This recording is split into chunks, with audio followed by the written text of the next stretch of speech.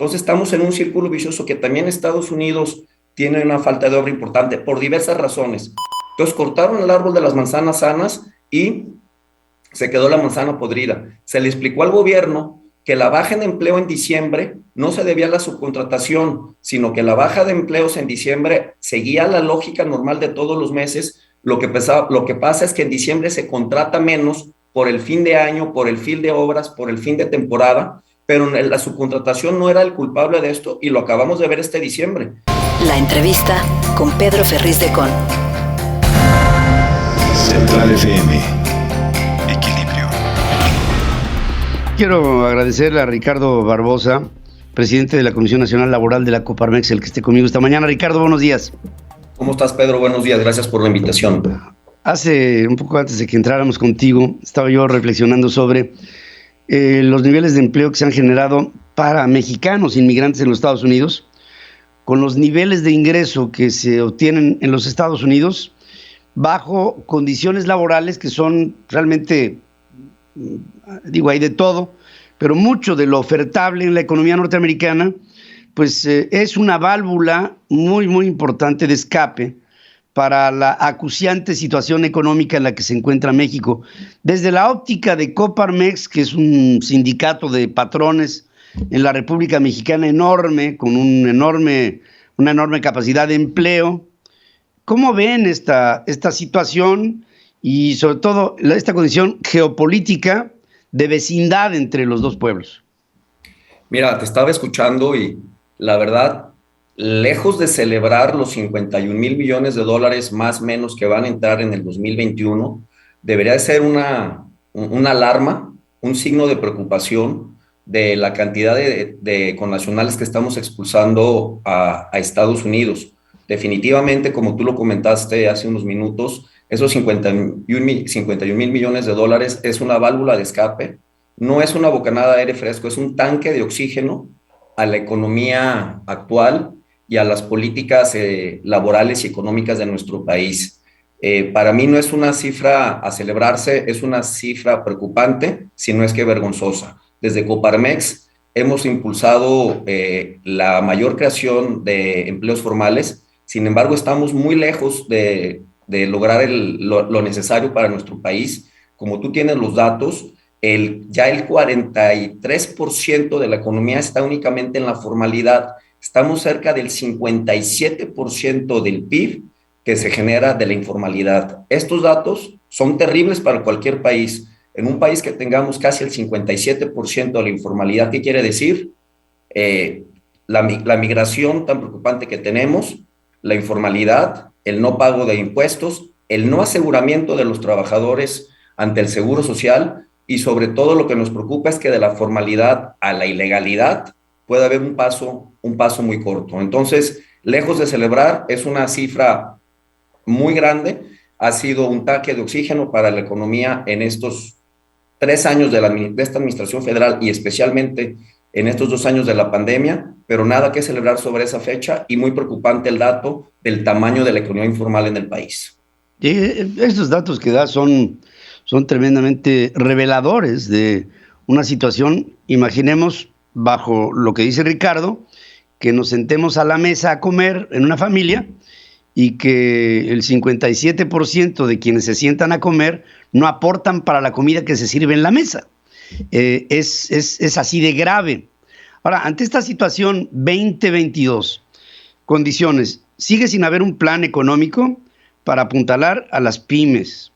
Sigue una necesidad del gobierno por una captación fiscal que empresas que están o retraídas o sobreviviendo y sin planes de expansión hacen que la recaudación sea menor. Se le dio un golpe durísimo al Seguro Social, y entre otras al Infonavit también, con esta desaparición absoluta de los procesos de outsourcing, cuando había una alternativa legal para poderlo haber sostenido. Es decir, estaba una manzana podrida y tiraron el árbol. Y con ello viene, por otra parte, una economía que no acabará repuntando. No le veo no le veo en el corto plazo una salida al COVID. Tal vez la salida más corta que veo es que de pandemia se vuelva en endemia, pero que el proceso de vacunación haga que las cadenas de suministro sigan siendo muy endebles, las cadenas de pago sigan estando rotas, la morosidad siga aumentando y la gente sigue viviendo en su consumo del crédito plástico, que es, yo creo que Carísimo. es esa mezcla de ingredientes con un proceso inflacionario, se me hacen no buenas consejeras. Aparte, Ricardo, que pues podemos decir que estamos en un proceso otra vez recesivo y de una estanflación que nos tiene aquí paralizados. Totalmente de acuerdo en los puntos que tocas. Son múltiples y variados y podremos platicar aquí el resto de la mañana, pero gracias por el tiempo. Varios conceptos. Eh, Desgraciadamente, las cifras dan para muchas interpretaciones, pero los datos son duros. Número uno, se está anunciando que ya recuperamos el nivel de empleos antes de la pandemia, de febrero a junio del 2020. Me pregunto, ¿ese dato es para celebrarse? Estamos a niveles del 2020 en la creación de empleos. Se perdieron 1.117.000 empleos entre febrero y junio del 2020. Entre julio y diciembre del 2021 se recuperaron 1.124.000 empleos. 7.000 empleos más en casi 2 años. Eso no es para celebrarse. Y si queremos hablar de datos duros, entonces, de acuerdo a la inercia que teníamos, buena o mala, pero teníamos una inercia de crecimiento, Pedro, estamos cortos 1.000.000 de empleos a los que se recuperaron, no se crearon, se recuperaron, trae una diferencia.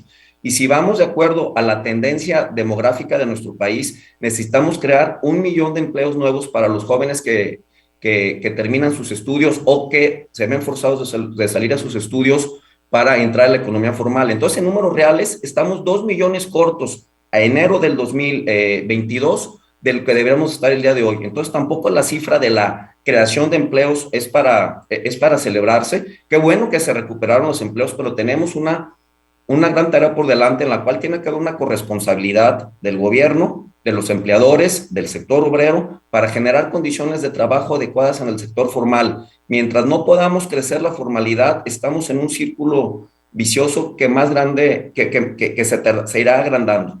Un tema muy rápido, la subcontratación. Nosotros estuvimos en el proceso de negociación con el sector, con el gobierno federal en la subcontratación y les dijimos que esta sobreregulación no iba a resolver los problemas. Tú lo comentaste muy adecuadamente. Cortaron el árbol, pero ¿sabes qué es lo peor de todo? Se quedó la manzana podrida, porque los esquemas de nóminas de subregistro ante el IMSS la siguen ofreciendo todos los días a los empleadores de México. Entonces cortaron el árbol de las manzanas sanas y se quedó la manzana podrida. Se le explicó al gobierno que la baja en empleo en diciembre no se debía a la subcontratación, sino que la baja de empleos en diciembre seguía la lógica normal de todos los meses. Lo que pasa es que en diciembre se contrata menos por el fin de año, por el fin de obras, por el fin de temporada, pero la subcontratación no era el culpable de esto y lo acabamos de ver este diciembre. Los números son muy similares a los años pasados en el tema de la subcontratación. Esta reforma de la subcontratación, desgraciadamente, México pierde productividad, las empresas pierden flexibilidad, el gobierno pierde recaudación, por absurdo que suene, y habrá más informalidad. Entonces, tenemos muchas asignaturas pendientes para este 22. Desde Coparmex lo vemos complicado, pero en vez de estar preocupados, estamos ocupados para tratar desde nuestra trinchera generar un entorno laboral favorable para nuestros trabajadores y que se les ofrezca un trabajo más digno y mejor remunerado. Lo que no podemos esconder el sol como un dedo, como algunas personas pretenden, es que el trabajador que se va a Estados Unidos gana en 1 hora lo que gana aquí en un día. Es el promedio aproximado.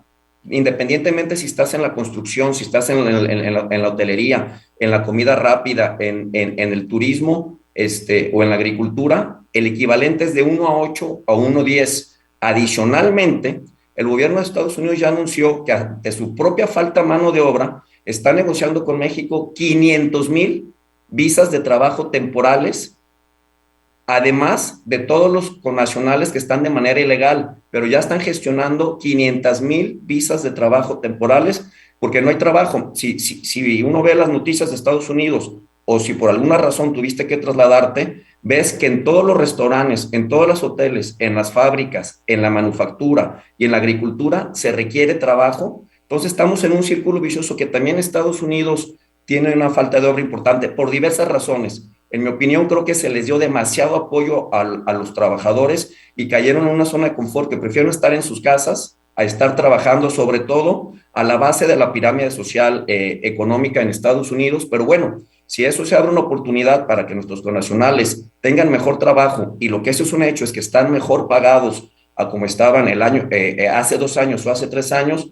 pues bueno, bien por nuestros nacionales. Vergüenza para nosotros que expulsamos tantos millones de connacionales que tengan que irse a trabajar, inclusive a veces, Pedro, por temas que no hemos comentado de seguridad, en zonas de Michoacán, de Guerrero, aquí de Jalisco, la gente migra porque no hay trabajo, porque no hay seguridad y porque al salir a la calle se juegan la vida todos los días, en Guanajuato también.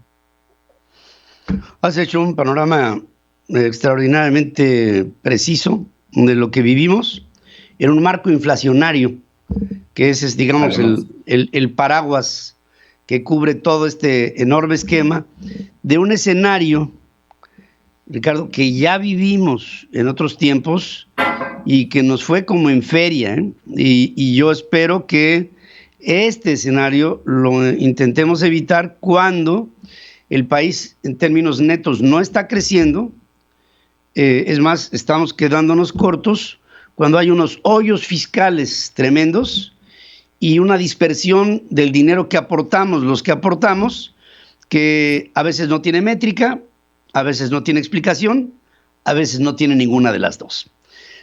Ricardo, te agradezco mucho el que haya estado conmigo y contigo. Un saludo a todos en Coparmex desde este programa, siempre con nuestro reconocimiento por su compromiso con el país. Ricardo Barbosa Asensio, presidente de la Comisión Nacional Laboral de la Coparmex en la República Mexicana. Te mando un abrazo. Igualmente. Mi cariño. Gracias. Seguimos en comunicación. Gracias. Sí, señor. Claro que sí. Y fíjense que la obligación de los comunicadores es estar en comunicación con los actores de la vida económica, política y social de nuestro país para entender mejor y con ello poder también comunicar igual. Central FM. Equilibrio.